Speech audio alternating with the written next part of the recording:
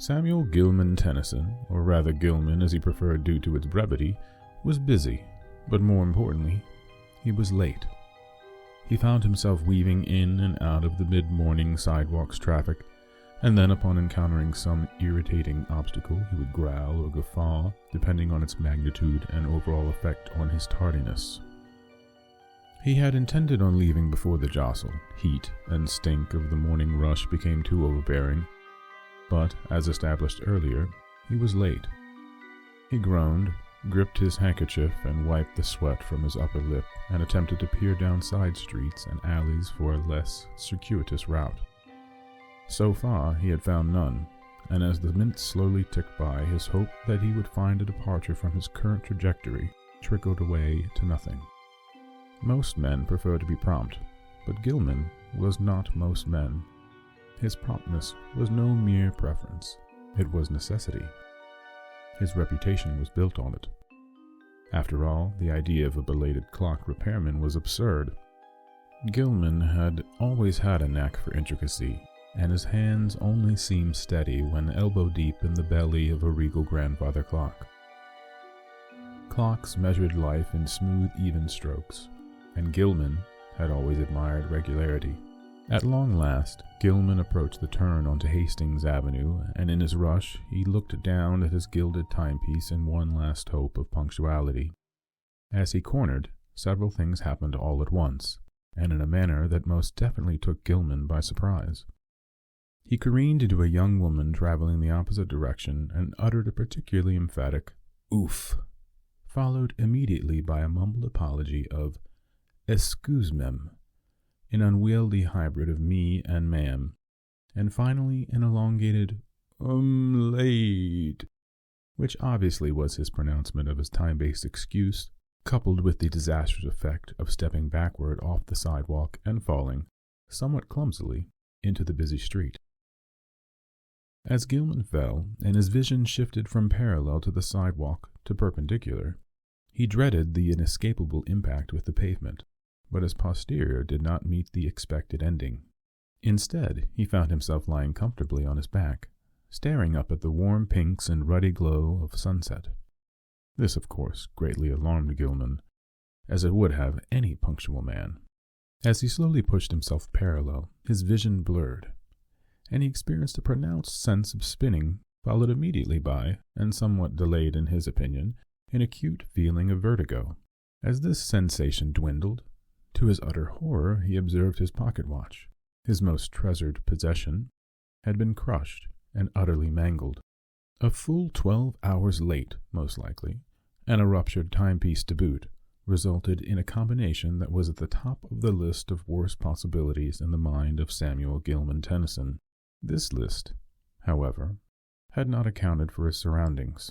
Initially, Gilman's mind did not grasp what he was seeing. However, it did grasp the strange, uncomfortable, and absolute silence. The silence penetrated him in the special way that only can be experienced by someone who has spent their life among the whirring, clicking, ticking, and talking of a consummate gadgeteer. What's more, this silence was magnified by its contradictory disposition to the sounds of a busy street.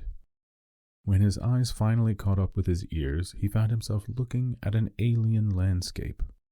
He was seated in the very center of a grand plaza, paved with the dusty remains of pale, cratered stones of an oddly cyclopean nature. Seated in the middle of such an imposing space, Gilman was gripped with a feeling of nakedness, as if a vast crowd of eyes watched him intently. His apprehension grew when his scan of the plaza and its surrounding structures revealed no living thing. He stood, wobbly at first, and brushed the dust off his backside as best he could. An awful creeping feeling along his spine generated in him a deep desire to move to a position less exposed. He stooped, picked up his destroyed watch, placed it back in its pocket, and hurried towards the perimeter of the square. As he strode quickly forward, he chanced another look around and observed an exceptionally large building standing prominently at the end of the square. He redirected and made his way towards the large building made of whitish-gray stones. Gilman grew more uncomfortable as he approached the building when he realized it cast no shadows. Everything within sight was weakly illuminated in a dull red glow. Gilman's heart began to race. His face flushed, and he could hear his own quickened heartbeat thrumming in his ears. This was no dream, nor was it any vision. Terror crept up from deep in his bowels, and sweat poured down his face. Slowly, Gilman climbed the great pale stairs before him. They were of a peculiar size that suggested non-human climbers. If only he could reach the top of the long stair, he could survey his surroundings and hopefully determine the location of this place. He struggled upwards, grunting and wheezing, moving in a grotesque and scrambling way, very similar to the way wounded animals move as they try in vain to escape their pursuers. After what seemed like many hours, Gilman slid himself over the uppermost step, stood, and looked around, trying to catch his breath. The building was a great platform that yielded a panoramic view. Gilman's skin turned cold and his breath caught in his throat. As far as he could see in every direction was a grid of ghostly plazas and massive alabaster structures. There was no movement anywhere, not even the slightest current in the air. More terrifying was the silence. It seemed to press down on him, as if with a life of its own. A thought crept slowly into Gilman's mind. This place is not just empty, it's dead. I am standing on bones. Gilman's vision swam, and he collapsed. Darkness overtook him. When he awoke, he still lay atop the massive platform. Gilman had hoped that he would wake and find himself back in the gutter of the busy city street, but soon he was shivering beneath the watching silence, and his hopes were quickly stifled. In the middle of the platform, Gilman noticed something he had not seen before. Rising out of the cyclopean stonework was an obsidian obelisk like a menacing black finger pointing towards the sky. His skin prickled and crawled as he gazed upon an object that must have at some time held some titanic power. Against his will, he felt himself move towards the obelisk. Standing before it, Gilman felt terribly small and alone, as if he stood upon a great stage being watched by a restless sea of searching, grasping eyes. Chiseled deep into the black stone were archaic symbols that elicited a pronounced disquiet in Gilman. He touched the stone and traced one symbol with his finger. Slowly, he realized that these symbols were pictograms, similar in some way to the hieroglyphics of ancient Near Eastern cultures. After a long time, Gilman began to understand. The symbols depicted a man, arms raised, head tilted back, and mouth agape. Above him were a series of inscrutable symbols, more like text than pictogram. The next line depicted the man traveling from one large orb, which looked much like a planet, through the stars into a new orb designated by a prominent symbol of an obelisk that was standing upon an all too familiarly shaped platform. This entire series of symbols was then repeated, only in reverse. This cryptic meaning at first eluded Gilman, but as the minutes ticked away, his sense of unease coalesced into panic. Had he somehow spoken a forgotten incantation and been ripped from his home to this ancient ruined world? The magnitude of this reality settled on him with the same weight of the giant stones he stood upon.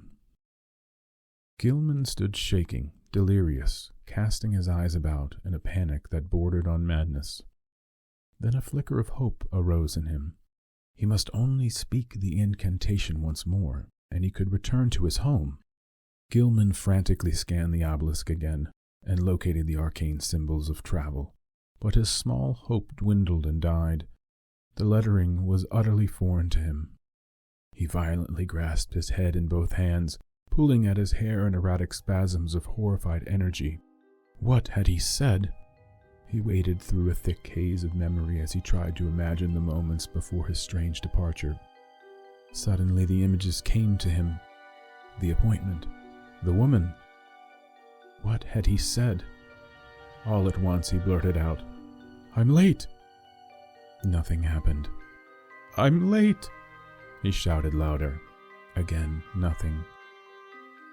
He raised his hands toward the sky and screamed a punctuated, "I am late!" The silence returned in a rush, pressing in on him. He collapsed into the dust, his body racked by great convulsive, noiseless sobs. Despair took him, and time slipped by among the cold, dead stones. Samuel Gilman Tennyson was late. He would always be late. A most alarming thought for a punctual man.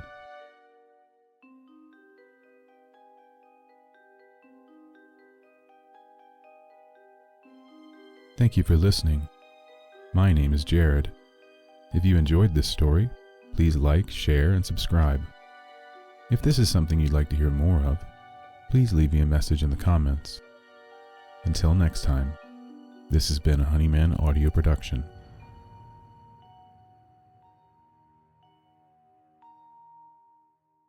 Joker and Honeyman.